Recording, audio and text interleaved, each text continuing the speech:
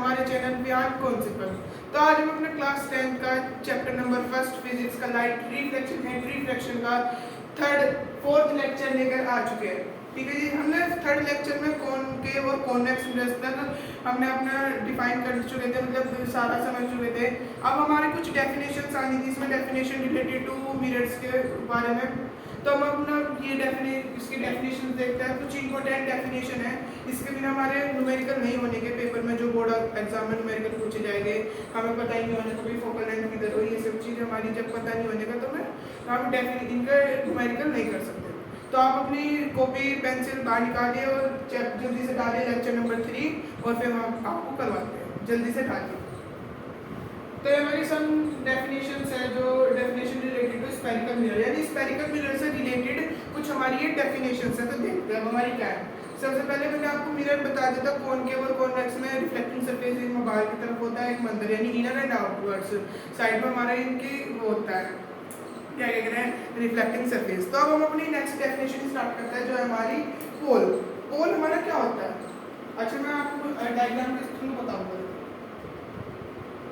पोल होता क्या है। फिर मैं डायग्राम ड्रॉ कर दूं कि हमारा पोल होता क्या है। कुछ डायग्राम ऐसा होता था, ये तो हमारा रिफ्लेक्टिंग सरफेस हो जाता था, ये हमारा एक हम प्रिंसिपल एक्सिस में ड्रॉ करते हैं। ठीक है जी, ये तो हमारा सेंटर, यानी क्योंकि एक सर्कल को बनाने के लिए उसके सेंटर की जरूरत, जैसे हमने अपना प्रकार रखा कंपास को रखा है, ऐसे जो सर्कल को ड्राइंग तो करते थे, तो यही हमारा एक सेंटर पॉइंट होता था। तो ऐसे ही सर्कल है, बस हमने इस सर्कल का इतना जो पार्ट है वो रफ कर दिया, इतने को हमने रिफ्लेक्टिंग सरफेस अपना दिखा चुके हैं। ठीक है जी, तो अब ये क्या है हमारा centre of curvature, centre of curvature. तो सेंटर ऑफ कर्वेचर है ये, तो इसका नाम क्या है, सेंटर ऑफ कर्वेचर। तो आप जानते हो बस कर्वेचर ही डिफाइन करना है। ठीक है जी, सेंटर ऑफ कर्वेचर। ठीक है जी, अब पोल, पोल क्या होता है? पोल ये यहाँ पर, अगर जो भी डायग्राम आपको दिखेगा उसमें ये हमारा क्या कहलाया जाएगा, ये हमारा पोल कहलाया जाएगा। ठीक है जी, तो सेंटर ऑफ कर्वेचर ये हो गया, पोल हमारा ये हो गया। अब इस डायग्राम में जल्दी से इतना शो करो, फिर बता दूंगा आगे। ठीक है, जल्दी से शो करो। अच्छा, तो पोल आपने इतना शो करा, बताइए पोल बता दिया। अब पोल की डेफिनेशन कैसे बनेगी? पोल की डेफिनेशन इस तरह से है, देखो, the mid point of the spherical mirror, जो स्फेरिकल मिरर का मिड पॉइंट यानी बीच का पॉइंट। भाई ये देखो, मैं आपको बता रहा हूँ, ये कुछ ऐसी इस तरह से स्फेरिकल मिरर है, यहाँ हमने रिफ्लेक्टिंग सरफेस दी। ठीक है, ये हमारा सेंटर ऑफ कर्वेचर, यहाँ से एक लाइन डाली, तो ये इसका मिड पॉइंट यानी ये बीच का पॉइंट, मिड पॉइंट यानी बीच का, तो सेंटर ऑफ कर्वेचर होगा इसका पूरा मिड पॉइंट। ठीक है, तो ये हमारा क्या होता है, पोल। तो the mid point of the spherical mirror, reflecting surface of a spherical mirror, that is called pole. ठीक है जी, तो पोल की डेफिनेशन ये हुई। क्या आपके पोल समझ में आया? जल्दी डेफिनेशन लिखो, the mid point of reflecting, the mid point of reflecting surface, the mid point of, तो ये हमारी पोल की definition. The mid point, mid point of, middle point, middle point of the reflecting surface, यानी इस reflecting surface का mid point of spherical mirror. क्या बताया था? ये एक स्फेरिकल मिरर है, यहाँ रिफ्लेक्टिंग है, ये line draw, centre of curvature, किसका बताया? रिफ्लेक्टिंग, जहाँ पर रिफ्लेक्ट हो रहा है इसका मिड पॉइंट, पोल, यही हमारा पोल कहलाया जाएगा। ठीक है जी, आपके समझ में आ गया। अगर आपको कहीं पर दिया जाए कि स्फेरिकल मिरर के मिड पॉइंट पर रिफ्लेक्टिंग सरफेस पर इस चीज़ की इतनी वैल्यू है, तो आप समझ जाना कि वो हमारी पोल पर दे रखा है। ठीक है जी, ठीक है। अब हमारी इसकी नेक्स्ट डेफिनेशन है centre of curvature. Centre of curvature इसमें बता रहा हूँ, मतलब एक स्फेरिकल मिरर का सेंटर, मेन पॉइंट, जहाँ से हमारा वो ड्रॉ है, तो ये हमारा सेंटर ऑफ कर्वेचर है। इसे नोट डाउन कीजिए। तो अब हमारा आ चुका है सेंटर ऑफ कर्वेचर। मैंने दो डेफिनेशन एक साथ ही नोट डाउन कर लिया है, बताने में फिर इजी हो जाएगी। रेडियस भी बता दो मैं, रेडियस कहाँ पर है। ठीक है, centre of curvature, the spherical mirror is a part of sphere and centre of this sphere is called centre of curvature. यानी इसका मतलब ये है कि एक स्फेरिकल मिरर का पार्ट है उसका स्फीयर का, और उसका सेंटर ऑफ दिस स्फीयर यानी इसका सेंटर का स्फीयर।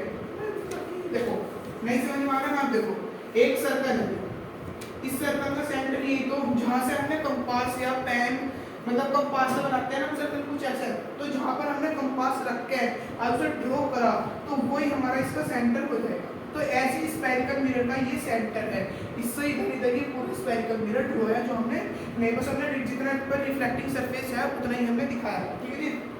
तो इसे ही हम सेंटर ऑफ कर्वेचर बोलते हैं। आप इसकी डेफिनेशन ऐसे भी लिख सकते हो, the centre of the spherical mirror and it is called centre of curvature. अगर ये न्यूमेरिकल में पूछ रहा है तो इतना लिखो, ठीक है। तो इसे नोट डाउन करो, फिर रेडियस भी समझाता हूं। अपनी डेफिनेशन स्टार्ट करते हैं। The spherical is a part, the spherical part of a sphere whose radius is called radius of curvature, ठीक है जी। तो रेडियस ऑफ कर्वेचर मैं बता देता हूँ, जितना यहाँ से यहाँ तक ये आपका सिर्फ रेडियस ऑफ कर्वेचर है, यानी सेंटर ऑफ कर्वेचर से अर्थ पोल से लेकर ये हमारा रेडियस, ये क्या है हमारा रेडियस, ठीक है। जैसे डायमीटर होता है ना, देखो डायमीटर तो पूरा हो गया ये यहाँ से आता है, अब रेडियस कहाँ करते हैं सेंटर ऑफ कर्वेचर तक यहाँ तक, तो उसमें सर्कल पे हम यहाँ पे दिखाते हैं, तो ये इसी तरह इसमें हमारा ये रेडियस है, ठीक है जी।